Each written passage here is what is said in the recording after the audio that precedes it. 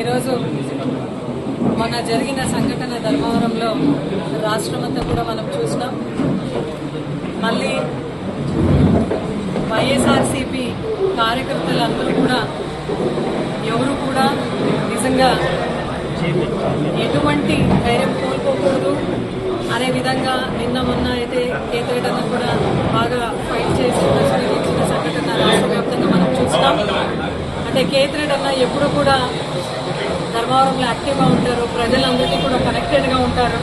ఆయన బయటికి వస్తే మళ్ళీ ఎక్కడ వైఎస్ఆర్సీపీ హవా జరుగుతుంది అనే భయంతో కూటమి ప్రభుత్వం వాళ్ళందరూ కూడా ములాఖాత్కు వెళ్లే టైంలో చూసుకొని మొన్న ఆయన పైన దాడి చేసే సంఘటన మనం చూసాం.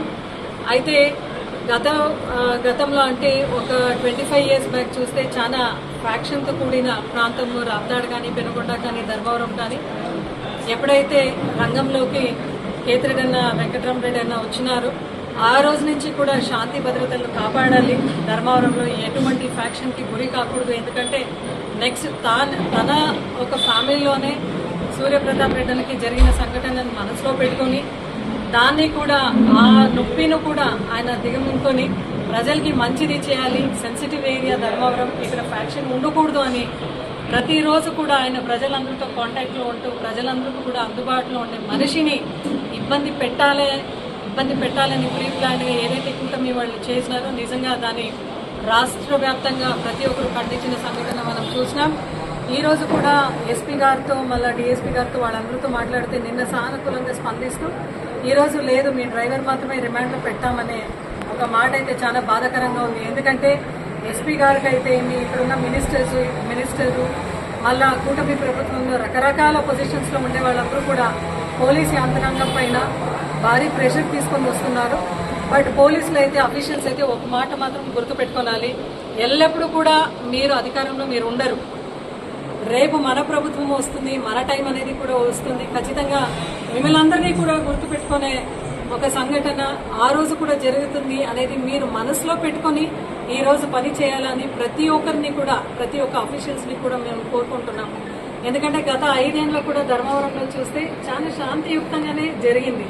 ఎక్కడ కూడా వాళ్ళు మాకు ఓటేయలేదు, వీళ్ళు మాకు ఓటేయలేదని వెల్ఫేర్ స్కీమ్స్ పరంగా కానీ, డెవలప్మెంట్ పరంగా కానీ అందరికీ కూడా సమానంగా చూసిన ఈరోజు ధర్మవరంలో కేతిరెడ్డి అన్న పైన ఇటువంటి సంఘటన జరిగింది అంటే చాలా బాధాకరం.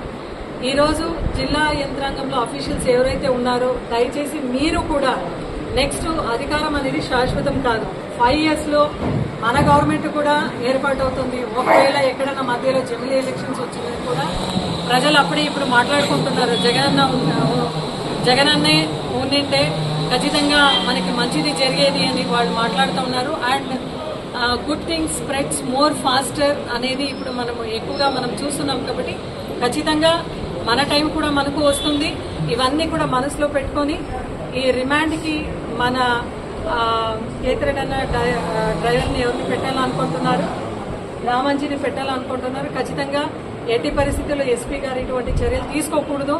అంటే మీ ప్రెషరైజ్ వల్ల ఆ ప్రెషర్స్కి మీరు లోన్ అయ్యి ఒక నిర్దోషిని మీరు లోపలికి పంపిస్తారంటే ఖచ్చితంగా మేము ఒప్పుకోము అని మీకు కూడా ఈ ఒక సమాచారాన్ని పంపిస్తూ, అదేవిధంగా మన సాక్షి విలేకరు పైన, రమేష్ పైన కూడా వాళ్ళు కవర్ చేస్తున్నాడు ఈ న్యూస్ని అని వాళ్ళు దాడి చేయడం నిజంగా ఈరోజు విలేకర్ తరఫున, మేము మీడియా తరఫున, because freedom of speech and freedom of press అనేది ఇండియాలో అప్పటి నుంచి కూడా during independence also it is in వో.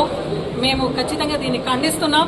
ఇంకా ఈ జిల్లాలో ఎక్కడైనా ఇటువంటి సంఘటనలు ఎక్కడైనా మళ్ళీ జరిగితే ఖచ్చితంగా వైఎస్ఆర్సీపీ క్యాడర్ మొత్తం అందరూ కూడా రోడ్లో దిగి మేము ఖచ్చితంగా ధర్నాకు పాల్పడతాం. ఎందుకంటే ఎక్స్ఎమ్మెల్యే గారికి రక్షణ లేదు అంటే, ఎక్స్ఎమ్మెల్యే గారి పైన అది ఒక పోలీస్ స్టేషన్ ముందర, కోర్టు ముందర జరుగుతూ ఉంది దాడి అంటే నిజంగా ఇది వైఎస్ఆర్సీపీ ప్రభుత్వం క్యాడర్ మొత్తము కూడా దీన్ని ఖండిస్తూ రాబోయే రోజుల్లో ఇటువంటిది సంఘటన ఎక్కడ జరిగినా కూడా కఠినంగా మేము కూడా పార్టీ తరఫున చర్యలు తీసుకుంటామని చెప్తూ కూటమి ప్రభుత్వంలో ప్రతి ఒక్కరికి కూడా మేము హెచ్చరిస్తున్నాం. అదేవిధంగా అధికార యంత్రాంగం కూడా, స్పెషల్లీ ఎస్పీ గారికి కూడా డెఫినెట్లీ రామాంజీ అనే నిర్దోషిని కూడా మీరు రిమాండ్కి పెట్టడం అది కూడా మేము ఖండిస్తూ ఈరోజు మీ వరకు సమాచారం అందజేస్తున్నాం.